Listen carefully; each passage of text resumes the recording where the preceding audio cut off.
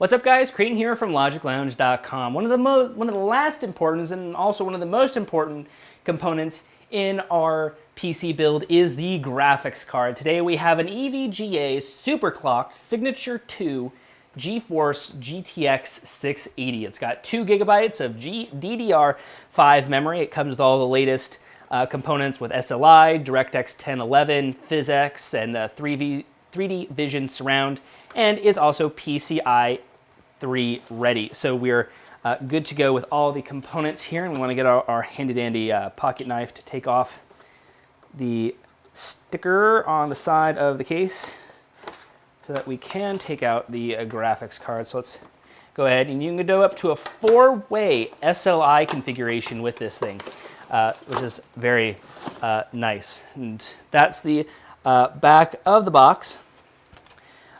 So coming in the box, we have a big sized poster here, which looks like it's for guns and EVGA, which is kind of nice. That may go up in my room.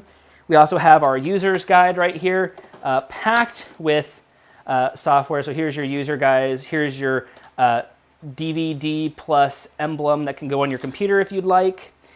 We also have an attention here for doing powering and your SLI, also another manual and some stickers saying EVGA enthusiast built within the graphics card guide, and we can set that all aside. Inside here we have our cables to connect it up, as well as a adapter to go from DVI to VGA if you still have a VGA, and we also have some more cables there. And here we have the graphics card itself. You can see it has 2 fans in there, and it says EVGA GeForce 680 on it. Let's pop this baby open here.